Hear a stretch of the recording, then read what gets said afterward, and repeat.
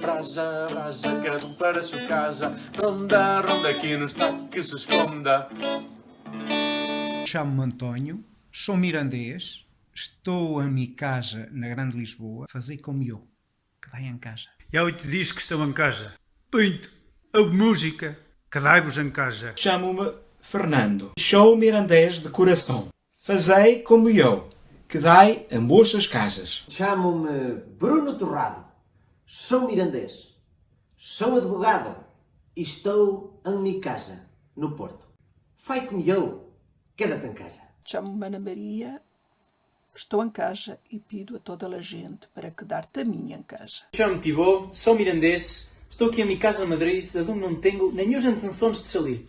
E se não tens nada que fazer, pois olha, faço como eu, toco a guitarra. Quedai-vos em casa.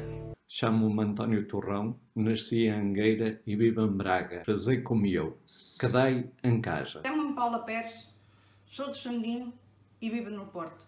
Fechei o escritório e me quedei em casa. Toda a equipa do escritório também se queda em casa, quedai-vos em casa. Sou Carlos Ferreira, estou em teletrabalho. Fazei todos como eu, quedai também em casa.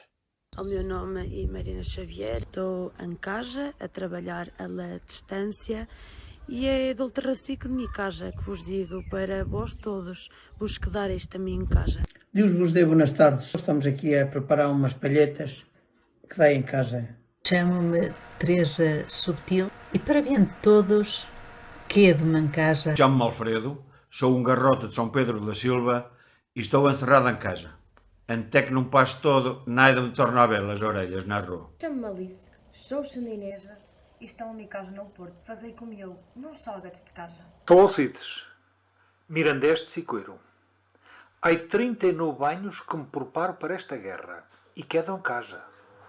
Tu também vais a quedar. Chamo-me João Bandarra, estou em minha casa em Lisboa, sou mirandês. Fazei como eu, quedai em casa. Nas noites, eu sou Goethe. Obrigam-nos a ir pela guerra e a nós somos pedidos para quedar em casa. Boas noites e um grande abraço. Chamo-me Hugo, criado na Rua da Frauga. Venho aqui para vos pedir que quedeis em casa também. Fazei-me